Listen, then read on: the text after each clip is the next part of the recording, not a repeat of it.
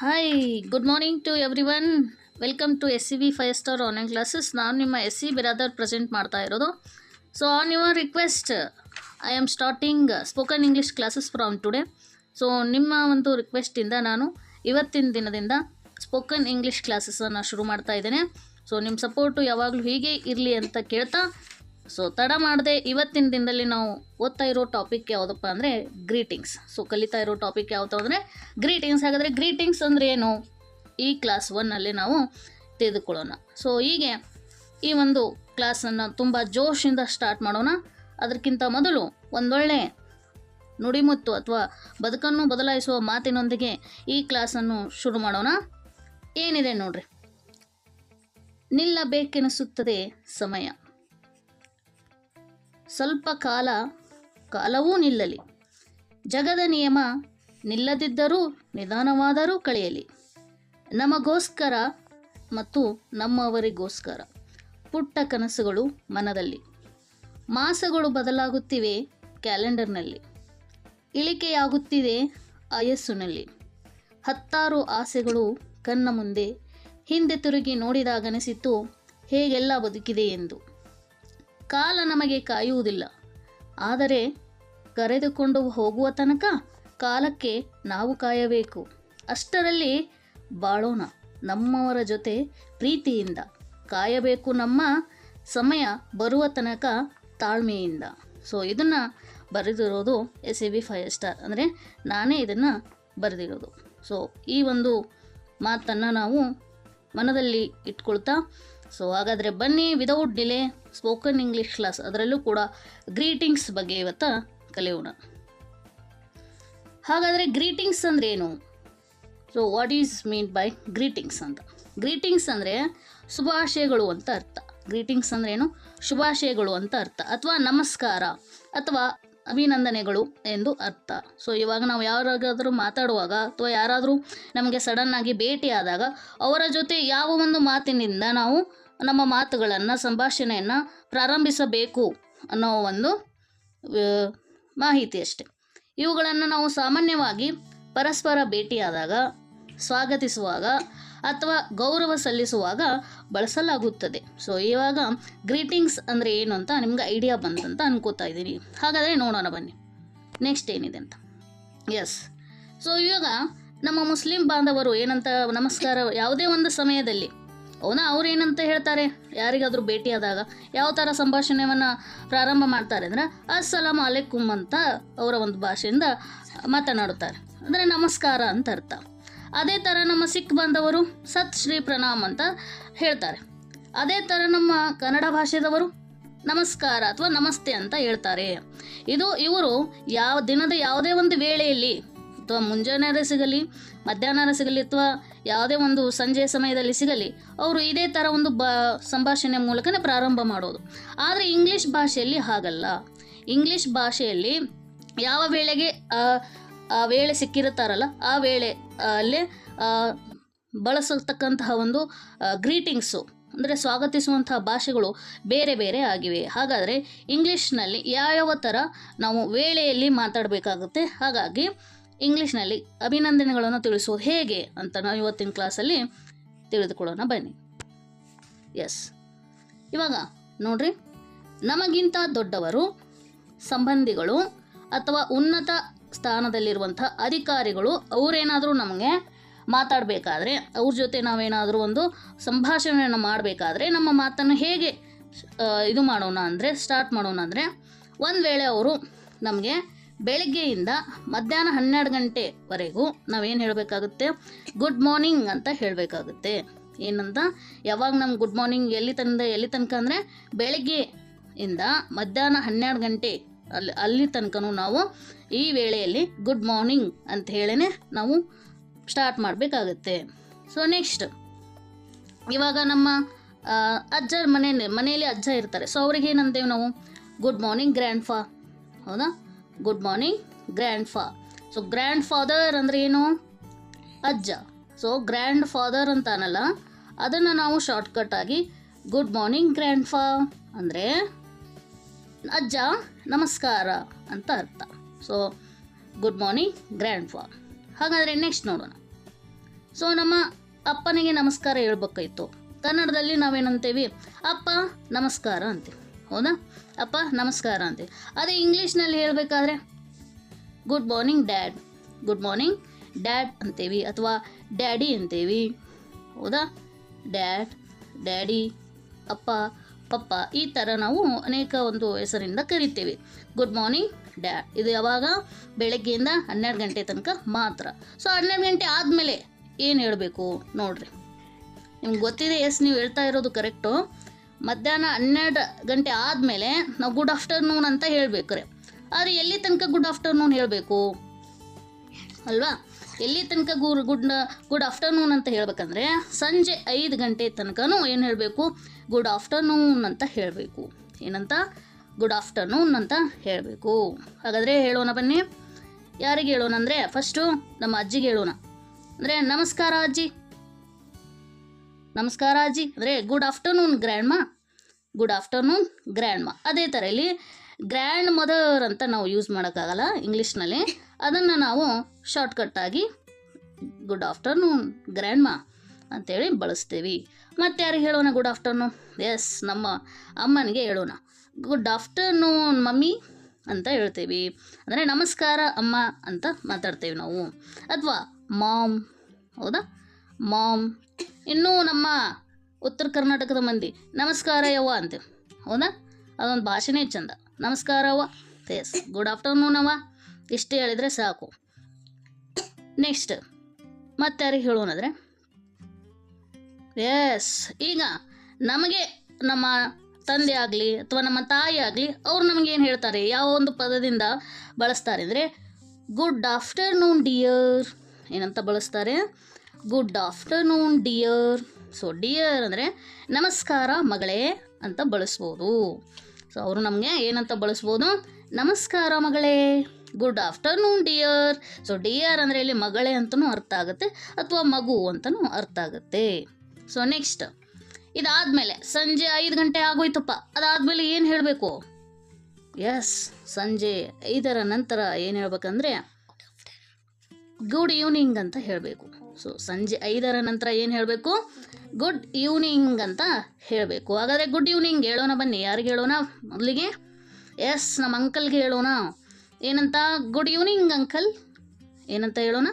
Good evening uncle. ಇಲ್ಲಿ uncle ಅಂದರೆ English ಭಾಷೆಯಲ್ಲಿ ದೊಡ್ಡಪ್ಪ ಅಂತಲೂ ಬರ್ತಾರೆ, ಚಿಕ್ಕಪ್ಪ ಅಂತಲೂ ಬರ್ತಾರೆ. ನಮ್ಮ ಮಾವಗೆ ನಾವು ಅಂಕಲ್ ಅಂತಲೇ ಕರಿತೀವಿ, ಅಥವಾ ನಮ್ಮ ಸೋದರ ಮಾವ ಅವರಿಗೂ ಕೂಡ ನಾವು ಅಂಕಲ್ ಅಂತಲೇ ಕರಿತೀವಿ. ನಮಸ್ಕಾರ ದೊಡ್ಡಪ್ಪ, ನಮಸ್ಕಾರ ಚಿಕ್ಕಪ್ಪ, ನಮಸ್ಕಾರ ಮಾವ. ಈ ಥರ ನಾವು ಇಂಗ್ಲೀಷ್ ಭಾಷೆಯಲ್ಲಿ ಅಂಕಲ್ ಈವ್ನಿಂಗ್ ಸಂಜೆ 5ರ ನಂತರ ಮಾತನ್ನ ಸ್ಟಾರ್ಟ್ ಮಾಡ್ತೀವಿ. Good evening uncle. So uncle ದೊಡ್ಡಪ್ಪ, ಚಿಕ್ಕಪ್ಪ, ಮಾವನಿಗಾಗಲಿ ಅಥವಾ ಸೋದರ ಮಾವನಿಗಾಗಲಿ ಅಂಕಲ್ ಅಂತಲೇ ಕರೆಯೋದು ನಾವು. ಇನ್ನು ನೆಕ್ಸ್ಟ್ ಯಾರಿಗೆ ಗುಡ್ ಈವ್ನಿಂಗ್ ಹೇಳೋಣ? ಎಸ್, ಅಂಕಲ್ಗೆ ಹೇಳೋದಾದ್ಮೇಲೆ ಅಂಟಿಗೆ ಹೇಳಬೇಕು ತಾನೆ. ಗುಡ್ ಈವ್ನಿಂಗ್ ಅಂಟ್. ಅಂಟ್ ಅಥವಾ ಅಂಟಿ ಅಂತಲೂ ಹೇಳ್ಬೋದು. ಗುಡ್ ಈವ್ನಿಂಗ್ ಅಂಟ್ ಅಥವಾ ಆಂಟಿ. Good evening aunty. ನಮಸ್ಕಾರ ದೊಡ್ಡಮ್ಮ, ನಮಸ್ಕಾರ ಚಿಕ್ಕಮ್ಮ. ಅತ್ತೆ ಇದ್ದರೆ ನಮಸ್ಕಾರ ಅತ್ತೆ, ಅಥವಾ ಸೋದರತ್ತೆ ಇದ್ದರೆ ನಮಸ್ಕಾರ ಸೋದರತ್ತೆ.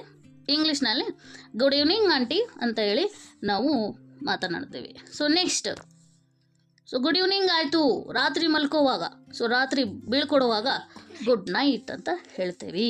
ಏನಂತ ಹೇಳ್ತೇವೆ? ಗುಡ್ ನೈಟ್ ಅಂತ ಹೇಳ್ತೀವಿ. ಹಾಗಾದರೆ ಗುಡ್ ನೈಟ್ ಹೇಳೋಣ ಬನ್ನಿ. Good night sweet dreams darling ಅಂತ. Good night sweet dreams darling. ಶುಭರಾತ್ರಿ ಸುಮಧುರ ಸ್ವಪ್ನಗಳು ಪ್ರಿಯೆ ಮಗನೇ ಮಗಳೇ. ಯಾರಾದರೂ ಹಸ್ಬೆಂಡ್ ವೈಫ್ ಇರ್ಬೋದು, ಸೊ ಡಾರ್ಲಿಂಗ್ ಅಂತ ಅವರು ಹೇಳ್ತಾ ಇರ್ಬೋದು. Good night sweet dreams darling ಅಂತ ಹೇಳ್ಬೋದು. ಅಥವಾ ಯಾರೋ ತಂದೆ ಆಗಿರ್ಬೋದು ಅಥವಾ ತಾಯಿ ಆಗಿರ್ಬೋದು, ಗುಡ್ ನೈಟ್ ಮಗನೇ, ಗುಡ್ ನೈಟ್ ಮಗಳೇ ಅಂತಲೂ ಹೇಳ್ಬೋದು. ಡಾರ್ಲಿಂಗ್ ಅಂತ ನಾವು ಯೂಸ್ ಮಾಡ್ತೀವಿ. ಸೊ ನೆಕ್ಸ್ಟ್, ಇದು ಇಂಗ್ಲೀಷ್ ಭಾಷೆಯಲ್ಲಿ ಪ್ರತಿಯೊಂದು ವೇಳೆಗೆ ನಾವು ಗ್ರೀಟಿಂಗ್ಸ್, ಯಾವ ರೀತಿ ಗ್ರೀಟಿಂಗ್ಸ್ ಕೊಡಬೇಕು ಅನ್ನೋದು ಒಂದು ಮಾಹಿತಿ ಅಷ್ಟೆ. ನೆಕ್ಸ್ಟ್ ನೋಡೋಣ. ಹಾಗಾದರೆ ದಿನದ ಯಾವುದೇ ವೇಳೆಯಲ್ಲಿ ಸಿಕ್ಕರೆ, ದಿನದ ಯಾವುದೇ ಒಂದು ವೇಳೆಯಲ್ಲಿ ಮುಂಜಾನೆ ಆದರೆ ಸಿಗಲಿ, ಮಧ್ಯಾಹ್ನ ಸಿಗಲಿ, ರಾತ್ರಿ ಆದರೂ ಸಿಗಲಿ, ನಾವೇನು ಹೇಳಬೇಕು ಅವರಿಗೆ? Good day to you sir. Good day to you sir ಅಂದರೆ ಏನು? ಸ್ವಾಮಿ ನಿಮಗೆ ಶುಭವಾಗಲಿ ಅಂತ ಅರ್ಥ. ಸೊ ಅವರಿಗೊಂದು ಒಳ್ಳೆಯ ಹಾರೈಸೋದು, ನಾವು ಯಾವ ಥರ ಅಂದರೆ good day to you sir. ಸ್ವಾಮಿ ನಿಮಗೆ ಶುಭವಾಗಲಿ, ಈ ದಿನ ನಿಮಗೆ ಒಳ್ಳೆಯದಾಗಲಿ ಅಂತ ಅರ್ಥ. ಸೊ ಈ ಥರ ಒಂದು ನಮ್ಮ ಭಾಷೆಯಲ್ಲಿ ಈ ಥರ ಇದ್ದರೆ ಅವರಿಗೂ ಕೂಡ ನಮಗೂ ಕೂಡ ಖುಷಿ ಅನಿಸುತ್ತೆ. ಸೊ ನೆಕ್ಸ್ಟ್, ಯಾರಾದರೂ ನಮಗೆ ಭೇಟಿ ಆದಾಗ, ಸೊ ಅವ್ರಿಗೆ ಭೇಟಿ ಆಗಿದಾಗ ನಮ್ಗೆ ಏನೋ ಖುಷಿ ಅನಿಸುತ್ತೆ.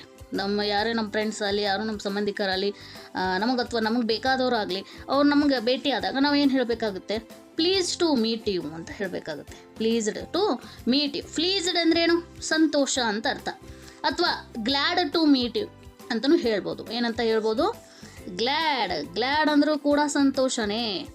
ಗ್ಲ್ಯಾಡ್ ಟು ಮೀಟ್ ಯು ಅಂದ್ರೆ ನಿಮ್ಮನ್ನು ಕಂಡು ಬಹಳ ಸಂತೋಷವಾಯಿತು ಅಂತ ಅರ್ಥ. ಸೊ ಈ ಮಾತನ್ನು ಹೇಳ್ಬಿಟ್ರೆ ಅವ್ರಿಗೆ ಸಂತೋಷ ಆಗ್ಬಿಡ್ತದೆ. ಸೊ ಈ ಥರ ನಾವು ನಮ್ಮ ಕಮ್ಯುನಿಕೇಷನ್ ಸ್ಕಿಲ್ಲನ್ನು ಇಂಪ್ರೂವ್ಮೆಂಟ್ ಮಾಡ್ಕೋಬೇಕು. ಸೊ ನೆಕ್ಸ್ಟ್, ಯಾವುದೇ ಸಮಯದಲ್ಲಿ ತಮ್ಮ ಮಿತ್ರರ ಅಥವಾ ಸಮಾನ ವಯಸ್ಸಿನವರ ಜೊತೆ, ಈಗ ನಮ್ಮಷ್ಟೇ ವಯಸ್ಸಿನವರು, ನಮ್ಮಷ್ಟೇ ಫ್ರೆಂಡ್ಸು ಇರುವಂಥ ಒಂದರಲ್ಲಿ ನಾವು ಯಾವ ಥರ ಸ್ಟಾರ್ಟ್ ಮಾಡ್ತೇವೆ ನಮ್ಮ ದಿನವನ್ನು? ಏನಂದ? ಹಲೋ ನಂದನ್, ಹೌದಾ? Hi Jeevan, hi Ram, hello Mayur, hello Sita. ಈ ಥರ ನಾವು ನಾರ್ಮಲ್ ಆಗಿ ಗ್ರೀಟಿಂಗ್ಸನ್ನು ನಾವು ಸ್ಟಾರ್ಟ್ ಮಾಡ್ತೇವೆ. ಫಾರ್ಮಲ್ ಗ್ರೀಟಿಂಗ್ಸ್ ಅಂತ ಹೇಳ್ತೀವಿ. ಹಲೋ, ಹಾಯ್, ಇವೆಲ್ಲ ಫಾರ್ಮಲ್ ಗ್ರೀಟಿಂಗ್ಸು. ಸೊ ಇವು ಯಾರೇ ನಮ್ಮ ಫ್ರೆಂಡ್ಸ್ ಆಗಲಿ ಅಥವಾ ನಮ್ಮ ಒಂದು ಕೊಲೀಗ್ಸ್ ಆಗಲಿ, ಈ ಥರ ನಾವು ಸಂಭಾಷಣೆಯನ್ನು ಪ್ರಾರಂಭ ಮಾಡ್ಬೋದು. ಸೊ ನೆಕ್ಸ್ಟ್ ನೋಡೋಣ ಬನ್ನಿ. ಸೊ ಬೀಳ್ಕೊಡುವ ವೇಳೆಯಲ್ಲಿ ಯಾರಾದರೂ ಭೇಟಿ ಆದಾಗ ಮತ್ತೆ ಹೊರಗೆ ಹೋಗ್ತಿರ್ತಾರೆ, ನಮ್ಮನ್ನು ಬಿಟ್ಟು ಹೋಗ್ತಿರ್ತಾರೆ. ಸೊ ಆವಾಗ ನಾವು ಯಾವ ಥರ ಸ್ಟಾರ್ಟ್ ಮಾಡಬೇಕಂದ್ರೆ, ಯಾವ ಥರ ಒಂದು ಮಾತನ್ನು ಹೇಳಿ ಅವ್ರನ್ನ ಕಳಿಸ್ಬೇಕಂದ್ರೆ ನೋಡ್ರಿ, ಏನಿದೆ? ಗುಡ್ ಬಾಯ್ ಚಿಲ್ಡ್ರನ್. ಮಕ್ಕಳಿದ್ರೆ ಒಳ್ಳೆಯದು, ಹೋಗಿ ಬನ್ನಿ ಮಕ್ಕಳೇ. ಗುಡ್ ಬಾಯ್ ಚಿಲ್ಡ್ರನ್. ಗುಡ್ ಬಾಯ್ ಅಂತ ಹೇಳ್ತೀವಿ, ಬಟ್ ಗುಡ್ ಬಾಯ್ ಅಂದರೆ ಏನು ಅಂತಲೇ ಗೊತ್ತಿರಲ್ಲ. ಸೊ ಗುಡ್ ಬಾಯ್ ಚಿಲ್ಡ್ರನ್ ಅಂದರೆ ಒಳ್ಳೆಯದು, ಹೋಗಿ ಬನ್ನಿ ಮಕ್ಕಳೇ ಅಂತಲೇ ಅರ್ಥ. ಸೊ ನೆಕ್ಸ್ಟ್, ಬಾಯ್ ಬಾಯ್. ಎಷ್ಟೋ ಮಂದಿ ಹೇಳ್ತಿರ್ತೀವಿ ನಾವು ಬಾಯ್ ಬಾಯ್ ಅಂತ ಹೇಳ್ತೀವಿ. ಅಂದ್ರೆ ಅರ್ಥ ನೀವು ಹೋಗಿ ಬನ್ನಿ ಅಂತ ಅರ್ಥ. ನೀವು ಹೋಗಿ ಬನ್ನಿ ಅಂತ ಅರ್ಥ. ಸೊ ನೆಕ್ಸ್ಟ್ ನೋಡೋಣ. So next, farewell dear. Farewell dear, ಹೋಗಿ ಬಾ ಪ್ರಿಯೆ, ಹೋಗಿ ಬಾ ಪ್ರಿಯೆ. ಹಸ್ಬೆಂಡು ವೈಫ್ ಅಥವಾ ಹಸ್ಬೆಂಡು ಈ ಥರ ಹೇಳುವಂಥದ್ದು, ಅಥವಾ ನಮ್ಮ ಲೈಫ್ ಪಾರ್ಟ್ನರ್ ಈ ಥರ ಹೇಳುವಂಥ ಫೇರ್ವೆಲ್ ಡಿಯರ್. ಸೊ ಎಲ್ಲ ಗುಡ್ ಮಾರ್ನಿಂಗ್ ಬಾಯ್ ಅಂತ ಗೊತ್ತಾಯಿತು, ಬಟ್ ಫೇರ್ವೆಲ್ ಅನ್ನೋದು ಬಳಸ್ತಾರಂತ ಈ ಕ್ಲಾಸನ್ನು ನೋಡಿ ತಿಳ್ಕೊಬೇಕು ನಾವು. ಫೇರ್ವೆಲ್ ಡಿಯರ್ ಅಂತಲೂ ಕೂಡ ಬಳಸ್ತಾರೆ, ಅಂದರೆ ಹೋಗಿ ಬಾ ಪ್ರಿಯೆ ಅಂತ ಅರ್ಥ. So next, bye see you long. Bye see you long ಅಂದರೆ ಒಳ್ಳೆಯದು, ಪುನಃ ಭೇಟಿಯಾಗೋಣ. ಬಾಯ್ ಸಿ ಯು ಲಾಂಗ್ ಅಂತ ಹೇಳಿದ್ರೆ ಒಳ್ಳೆಯದು, ಪುನಃ ಭೇಟಿಯಾಗೋಣ, ಮತ್ತೆ ಭೇಟಿಯಾಗೋಣ ಅಂತ ಅರ್ಥ. ಸೊ ನೆಕ್ಸ್ಟ್ ನೋಡ್ರಿ, ಇಲ್ಲಿ ಈ ಕ್ಲಾಸಲ್ಲಿ ನೆನಪಿನಲ್ಲಿಡುವಂಥ ಅಂಶಗಳು ಏನೇನಪ್ಪ ಅಂದರೆ, ಇಲ್ಲಿ ತನಕ ನೀವು ಫಾರ್ಮಲ್ ಗ್ರೀಟಿಂಗ್ಸನ್ನು ನೀವು ಕಲಿತ್ಕೊಂಡ್ರಿ. ಯಾವ ವೇಳೆಯಲ್ಲಿ ಯಾವ ಥರ ಮಾತಾಡಬೇಕು, ಅಥವಾ ದಿನವಿಡೀ ವೇಳೆಯಲ್ಲಿ ಯಾರಾದರೂ ಭೇಟಿ ಆದರೆ ನಾವು ಯಾವ ಥರ ಅವರ ಜೊತೆ ಮಾತಾಡಬೇಕು, ಅಥವಾ ಮತ್ತು ಅವರನ್ನು ಬೀಳ್ಕೊಡುವಾಗ ಯಾವ ರೀತಿಯಾಗಿ ನಾವು ಅವರ ಜೊತೆ ಸಂಭಾಷಣೆ ಮಾಡಬೇಕು ಅಂತ ಗೊತ್ತಾಯಿತು. ಸೊ ಈ ಕೊನೆಯದಾಗಿ ಈ ಒಂದು ಕ್ಲಾಸಲ್ಲಿ ನಾವು ನೆನಪಿಟ್ಟ ಒಂದು ಅಂಶಗಳು ಏನೇನೆಂದರೆ ನೋಡ್ರಿ, ಏನಿದೆ? ಇಂಗ್ಲೀಷ್ನಲ್ಲಿ ಚಿಕ್ಕಪ್ಪ, ದೊಡ್ಡಪ್ಪ, ಮಾವ ಅಥವಾ ಸೋದರ ಮಾವ ಇದ್ದರೆ ಎಲ್ಲರಿಗೂ ನಾವು ಏನಂತ ಕರಿಬೇಕಾಗುತ್ತೆ? ಅಂಕಲ್ ಅಂತ ಕರಿಬೇಕಾಗುತ್ತೆ. ಸೊ ನೆಕ್ಸ್ಟ್, ಅದೇ ಥರ ಇಂಗ್ಲೀಷ್ನಲ್ಲಿ ಚಿಕ್ಕಮ್ಮ, ದೊಡ್ಡಮ್ಮ, ಅತ್ತೆ ಇದ್ದರೆ ಅಥವಾ ಸೋದರತ್ತೆ ಇವರೆಲ್ಲರೂ ಇದ್ದರೆ ಎಲ್ಲರಿಗೂ ಕೂಡ ನಾವು ಅಂಟ್ ಅಥವಾ ಅಂಟಿ ಅಥವಾ ಈ ಥರ ನಾವು ಕರಿಬೋದಾಗುತ್ತೆ. ಸೊ ನೆಕ್ಸ್ಟ್ ಏನಪ್ಪ ಅಂದರೆ, ಯಾವುದೇ ಪುರುಷನನ್ನಾಗಲಿ ಅಂದ್ರೆ ಯಾವುದೇ ಒಂದು ಗಂಡಸನಾಗಲಿ ಗೌರವದಿಂದ ಕರೆಯಲು ನಾವೇನಂತ ಬಳಸ್ಬೋದು? ಸರ್ ಎಂಬ ಶಬ್ದವನ್ನು ಬಳಸ್ಬೋದು. ಯಾರಿಗೇ ಆಗಲಿ, ಯಾವುದೇ ಪುರುಷನನ್ನಾಗಲಿ ಅವರಿಗೆ ನಾವು ಒಂದು ಗೌರವದಿಂದ ಕರಿಬೇಕಂದ್ರೆ ಸರ್ ಅಂತೇಳಿ ನಾವು ಶಬ್ದವನ್ನು ಬಳಸ್ಬೋದು. ಸೊ ನೆಕ್ಸ್ಟ್, ಅದೇ ಥರನೇ ಯಾವುದೇ ಒಂದು ಮಹಿಳೆಯನ್ನಾಗಲಿ ಗೌರವದಿಂದ ಕರೆಯಲು ನಾವು ಮೇಡಮ್ ಎಂದು ಬಳಸಲಾಗ್ತೈತಿ. ಮೇಡಮ್ ಎಂದು ಬಳಸ್ತೀವಿ. ಸೊ ಅದೇ ನೆಕ್ಸ್ಟ್ ನೋಡ್ರಿ, ಚಿಕ್ಕಪ್ಪನ, ದೊಡ್ಡಪ್ಪನ ಅಥವಾ ಮಾವನ, ಚಿಕ್ಕಪ್ಪ ಆಗಿರಲಿ, ದೊಡ್ಡಪ್ಪ ಆಗಿರಲಿ, ಮಾವ ಆಗಿರಲಿ ಅಥವಾ ಸೋದರ ಮಾವ ಆಗಿರಲಿ, ಅವ್ರ ಮಗ ಅಥವಾ ಮಗಳು ಯಾರೇ ಆಗಿರಲಿ, ಚಿಕ್ಕಪ್ಪನ ಮಗರಾಗಿರಲಿ, ದೊಡ್ಡಪ್ಪನ ಮಗಳಾಗಿರಲಿ, ಮಾವನ ಮಗಳಾಗಿರಲಿ, ಆಗ ಅವು ಯಾರೇ ಆಗಿರಲಿ ಅವರೆಲ್ಲರಿಗೂ ನಾವು ಏನಂತ ಬಳಸಬೇಕು? ಕಜಿನ್ ಆಗ್ತಾರೆ ಅವ್ರು, ನಮಗೆ ಕಜಿನ್ ಅಂತ ಬಳಸಬೇಕು. ದೊಡ್ಡಪ್ಪನ ಮಗ, ಚಿಕ್ಕಪ್ಪನ ಮಗ ಅಂತ ಹೇಳೋಕ್ಕಾಗಲ್ಲ. ಸೊ ಇಂಗ್ಲೀಷ್ನಲ್ಲಿ ಕಜಿನ್ ಅಂತ ಬಳಸ್ತೀವಿ. ಕಜಿನ್ ಬ್ರದರ್, ಕಜಿನ್ ಸಿಸ್ಟರ್ ಅಂತ ಬಳಸಲ್ಲ, ಜಸ್ಟ್ ಕಜಿನ್ ಅಂದರೆ ಸಾಕು.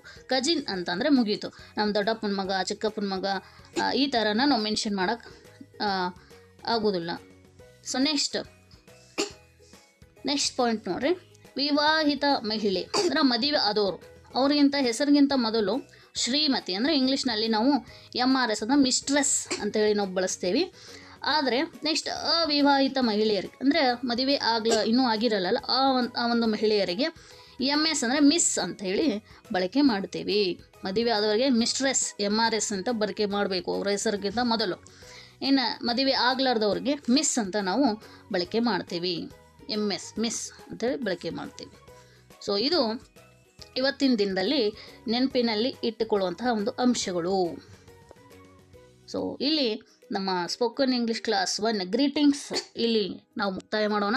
ಸೊ ನಿಮಗೆ ಲೈಕ್ ಆದರೆ ಹೆಲ್ಪ್ ಆದರೆ ಸಬ್ಸ್ಕ್ರೈಬ್ ಮಾಡಿರಿ, ಲೈಕ್ ಮಾಡಿರಿ ಮತ್ತು ಶೇರ್ ಮಾಡಿರಿ ಅಂತ ಹೇಳ್ತಾ ಮತ್ತೊಂದು ಸ್ಪೋಕನ್ ಇಂಗ್ಲೀಷ್ ಕ್ಲಾಸ್ 2ನೇ ಕ್ಲಾಸಲ್ಲಿ ಭೇಟಿಯಾಗೋಣ. So thank you one and all.